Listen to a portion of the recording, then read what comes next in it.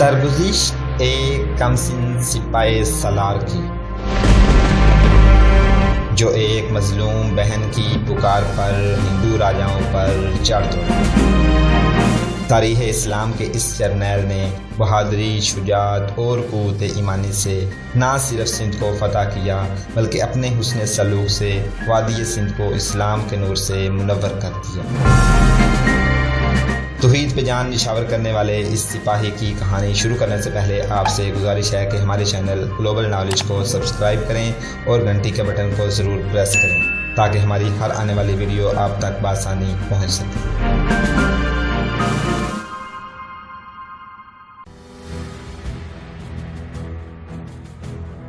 پنڈت نے 2 روز بعد کی ایک رات بتائی اور حملے کا وقت آدھی رات سے ذرا بعد کا بتایا۔ کوئی بلیدان؟ وجے رائے نے پوچھا۔ ایک کنواری، پنڈت نے کہا۔ حملے کی روانگی سے پہلے ایک کنواری کے خون کے چھینٹے حملہ کرنے والوں کے راستے پر پڑنے لازمی ہیں، اور اس کنواری کا سر منچر جھیل کے پانی میں ڈوبا ہوا ہو، اور حملے کے لیے جانے والا ہر آدمی اس جھیل سے ایک ایک گھونٹ پانی پی کر جائے۔ شبھ رات آ گئی۔ اس قبیلے سے کم و بیش 800 آدمی پرچیوں اور تلواروں سے مسلح سیسم قلعے میں جمع ہو گئے۔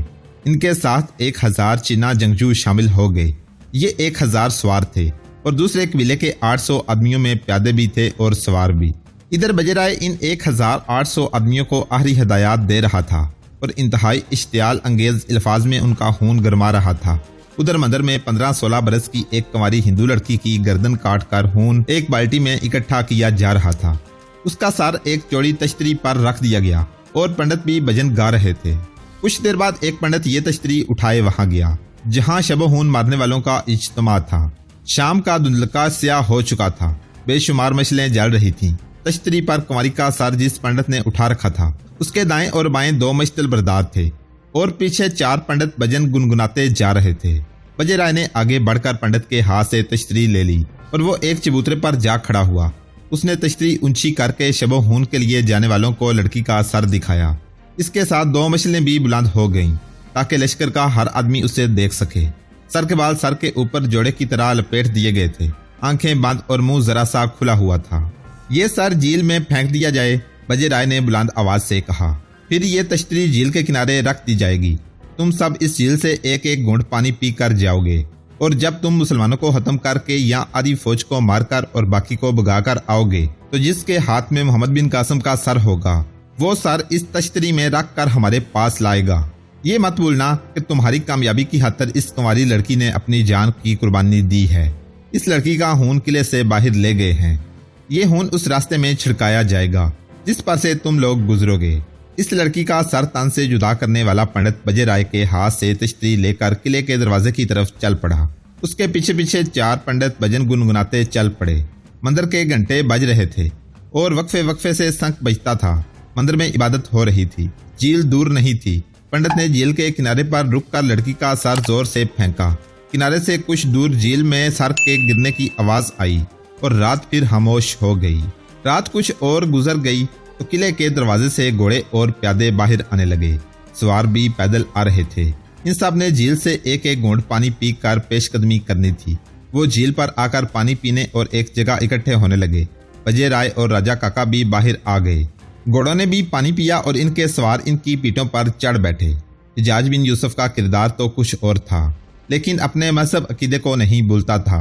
وہ جب محمد بن قاسم کو پیغام بھیجتا تھا تو جنگی نوعیت کی ہدایات کے بعد یہ ضرور لکھتا تھا کہ اللہ سے ہر وقت مدد کے طلبگار رہو اور پیش قدمی کے دوران پڑاؤ کرو تو فوج کو چوکس اور بیدار رکھو۔ بیدار رہنے کا بہترین طریقہ یہ ہے کہ جو آدمی قرآن پڑھ سکتے ہیں وہ رات کو تلاوت کرتے رہیں اور انہیں قرآن پڑھائیں جو پڑھنا نہیں جانتے۔ نوافل زیادہ سے زیادہ پڑھتے جائیں۔ نماز کے بعد اللہ تبارک و تعالیٰ سے فتح و کامرانی کی دعا مانگو اور لا حول ولا قوت الا باللہ العلی العظیم کا ورد کرتے رہو۔ اس رات سیسم سے کچھ دور پڑاؤ میں محمد بن قاسم کی فوج تلاوت قرآن کر رہی تھی۔ جو قرآن پڑھنا نہیں جانتے تھے وہ نوافل پڑھ رہے تھے۔ پڑاؤ میں مشلیں جل رہی تھیں۔ صبح اس لشکر نے سیسم کی طرف بڑھنا تھا۔ توقع تھی کہ فوج دوپہر تک سیسم پہنچ جائے گی اور محاصرہ کر لے گی۔ محمد بن قاسم نے اپنی فوج سے کہا تھا کہ وہ مجاہدین عبادت اور تلاوت کے ساتھ ساتھ کچھ آرام بھی کر لیں، لیکن اس رات کوئی ایک بھی آدمی آرام نہیں کر رہا تھا۔ انہوں نے کچھ راتیں آرام کر لیا تھا۔ اس رات زخمی بھی عبادت میں مصروف تھے۔ فوج کے بعد سالاروں، ان سے چھوٹے عہدیداروں اور بعض سپاہیوں کی بیویاں اور بچے بھی ساتھ تھے۔ یہ اس زمانے کا دستور تھا کہ فوجی جہاں کہیں بھی جاتے اپنے بیوی بچوں کو ساتھ لے جاتے تھے۔ محمد بن قاسم کی فوج کے ساتھ بھی ایسے کئی کنبے ساتھ تھے۔ ان کی عورتیں زخمیوں کی دیکھ بھال کر رہی تھیں۔ ادھر 1800 منتخب جنگجو مسلمانوں کی ہیمہ گاہ پر شب و خون مارنے آ رہے تھے۔ مسلمان اس قسم کی فوری مارکہ آرائی کے لیے تیار نہیں تھے، صرف سنتری چوکس تھے۔ ان میں گشتی سنتری بھی تھے جو کیمپ سے کچھ دور دور گشت کر رہے تھے۔ شب خون کی صورت میں وہ اپنی فوج کو قبل از وقت خبردار کر سکتے تھے، لیکن شب خون بڑا ہی تیز حملہ ہوتا ہے۔ اگر شب خون مارنے والے جو صحیح معنوں میں اتنے تیز ہوا کرتے تھے، وہ قبل از وقت دشمن کو اطلاع ملنے کے باوجود سنبھلنے کی مہلت نہیں دیا کرتے تھے۔ شب خون دراصل مسلمانوں کا طریقہ جنگ تھا۔ اس سے وہ دشمن کو اتنا زیادہ نقصان پہنچایا کرتے تھے کہ دشمن کی فوج حملہ کرنے یا حملہ روکنے کے قابل نہیں رہتی تھی۔ اب دیکھنا یہ تھا کہ بجے رائے اور کاکا کے چھاپا مار کس حد تک مسلمان چھاپا ماروں کے معیار تک پہنچ سکتے تھے۔ خطرہ یہ تھا کہ مسلمان بے خبر تھے اور انہیں شب و خون کی توقع نہیں تھی۔ ایک پہلو اور زیادہ خطرناک تھا، وہ یہ کہ مسلمانوں کے کیمپ میں عورتیں اور بچے بھی تھے اور رزق کا ذخیرہ بھی ساتھ تھا۔ ہندو چھاپا مار ایک کنواری لڑکی کی قربانی دے کر آئے تھے اور ان کی کامیابی کے لیے سیسم کے مندر کے گھنٹے اور سنک بج رہے تھے اور پنڈت بھی بھجن گا رہے تھے۔ محمد بن قاسم اور اس کے مجاہدین اللہ کے بھروسے پر تلاوت اور عبادت میں مصروف تھے۔ شب و خون کی کامیابی کی صورت میں اسلام کے اس سیلاب کو وہیں پر صرف رک ہی جانا نہیں تھا، بلکہ اسے واپس بحیرہ عرب میں گم ہو جانا تھا۔ تاریخوں میں صحیح طور پر وہ جگہ نہیں لکھی جہاں مسلمانوں کا یہ پڑاؤ تھا۔ یہ صاف پتہ چلتا تھا کہ وہ جگہ سیسم سے آدھے دن کی مسافت جتنی دور تھی اور وہ جگہ اس علاقے کی عام سطح زمین سے نیچے تھی۔ یہ نشیبی زمین ہموار بھی نہیں تھی۔ اس میں 3.5 میل لمبائی اور کم و بیش 1.5 میل چوڑائی میں جگہ جگہ ٹیلے کھڑے تھے جو بربری مٹی کے تھے۔ وہاں صحرائی درخت بھی ہاسے تھے اور ایک جگہ پانی اتنا زیادہ جمع تھا کہ لمبا چوڑا تالاب بنا ہوا تھا۔ یہ گہری جگہ سیسم کی طرف جانے والے راستے سے دور ہٹی ہوئی تھی۔ محمد بن قاسم کی عقل مندی تھی، اس نے عام راستے سے پیش قدمی نہیں کی تھی اور اس نے آخری پڑاؤ ایسی جگہ کیا تھا جس کے ہدوحال نے اتنے بڑے لشکر کو رست کے چکروں سمیت چھپا لیا تھا۔ یہ بھی ایک وجہ تھی کہ مسلمان اپنے آپ کو شب خون اور اچانک حملے سے محفوظ سمجھتے تھے۔ لیکن جب ہم یہ دیکھتے ہیں کہ بجے رائے اور کاکا نے مسلمانوں کے کیمپ پر شب خون مارنے کے لیے 1800 آدمی بھیجے تھے، تو اس سے یہ پتہ چلتا ہے کہ انہیں معلوم تھا کہ مسلمانوں کا پڑاؤ کہاں ہے۔